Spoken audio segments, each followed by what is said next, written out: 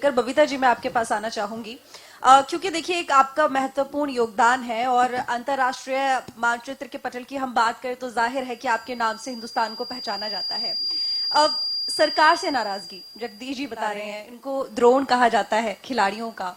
आपको क्या लगता है कि वाकई में सरकार की तरफ से कमी रही है? जो देना चाहिए था खिलाड़ियों के लिए, सरकार की तरफ से योगदान जो होना चाहिए था, क्या वो चीजें नहीं मिल रही हैं? और अगर नहीं मिल रही हैं तो क्या वजह है, क्या लगता है आपको? सबसे पहले तो मैं थैंक यू बोलना चाहूंगी इंडिया न्यूज को कि मुझे यहाँ बुलाया और ये मौका दिया मुझे बोलने का। और मैं कोच साहब जी की बात से मैं शुरू करूंगी अपनी बात को, क्योंकि हमारे लिए बड़े सम्माननीय भी हैं, हमारे गुरु के समान हैं। कोच साहब जी ने एक चीज कही कि जो हुड्डा सरकार में जब हमारे हुड्डा जी जो मुख्यमंत्री थे तो उन्होंने खिलाड़ियों को बहुत कुछ दिया, लेकिन एक चीज मैं कहना चाहूंगी क्योंकि मेरा पर्सनल अनुभव है और मेरे खुद के साथ जो बीती है वो मैं जरूर शेयर करना चाहूंगी कि हुड्डा साहब जी ने दिया है, खिलाड़ियों को दिया है, लेकिन हमें कुछ नहीं दिया था।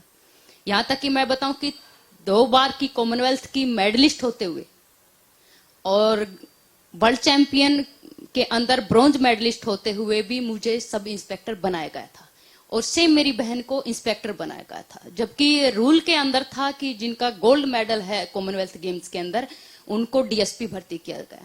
और जो ऐसे खिलाड़ी हैं, नाम तो नहीं लेना चाहूंगी, जिनका सिर्फ नेशनल के अंदर गोल्ड है और सिर्फ कॉमनवेल्थ चैंपियनशिप के अंदर मेडल है, वो लड़की भी सब इंस्पेक्टर है।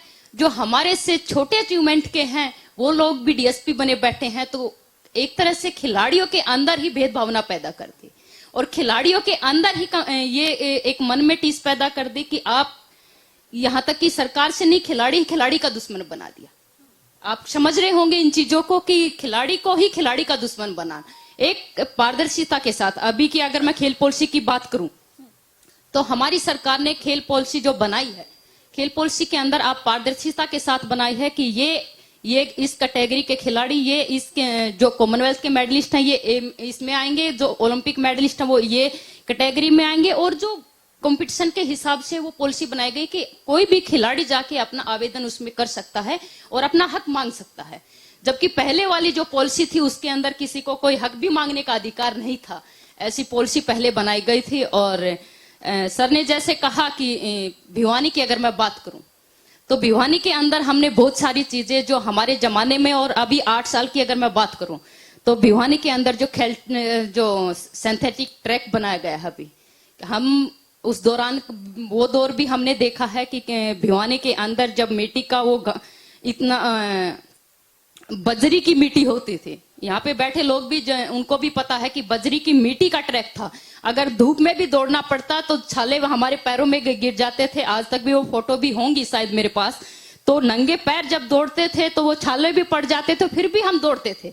ऐसा ट्रैक हमारे पास था। लेकिन 8 साल के अंदर जो सिंथेटिक ट्रैक्स जो दिया है वो हमारी सरकार ने दिया है। दूसरी चीज, मैं अगर चरखी दादरी में समस्तपुर गांव की अगर मैं बात करूं तो खेल स्टेडियम वहां पे दिया है माननीय मुख्यमंत्री जी ने।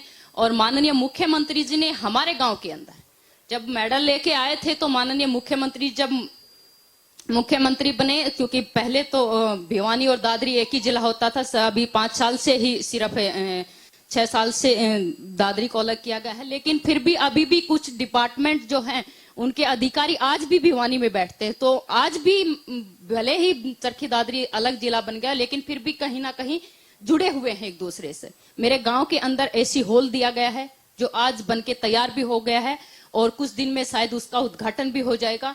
और यहाँ की अगर मैं बात करूं तो बंसीलाल यूनिवर्सिटी आपने देखा होगा, बंसीलाल यूनिवर्सिटी के अंदर हम पढ़े हैं। और जो हमारा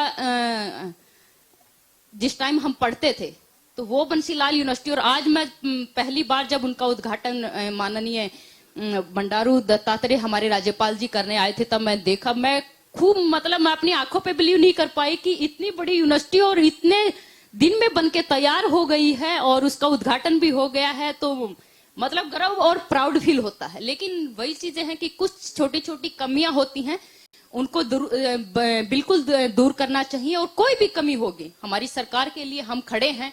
अगर कोई हमारे पास लेके आएगा कोई समस्या तो उसका समाधान हम जरूर निकालेंगे, चाहे खिलाड़ी के तौर पे हो चाहे महिला के तौर पे हो। और एज ए खिलाड़ी मैं कहना चाहूंगी कि अगर किसी भी खिलाड़ी की कोई समस्या है, कोई भी प्रॉब्लम है तो उसकी बहन 24 घंटे उनके लिए तैयार है, उनका हक मैं दिलाऊंगी। चलिए।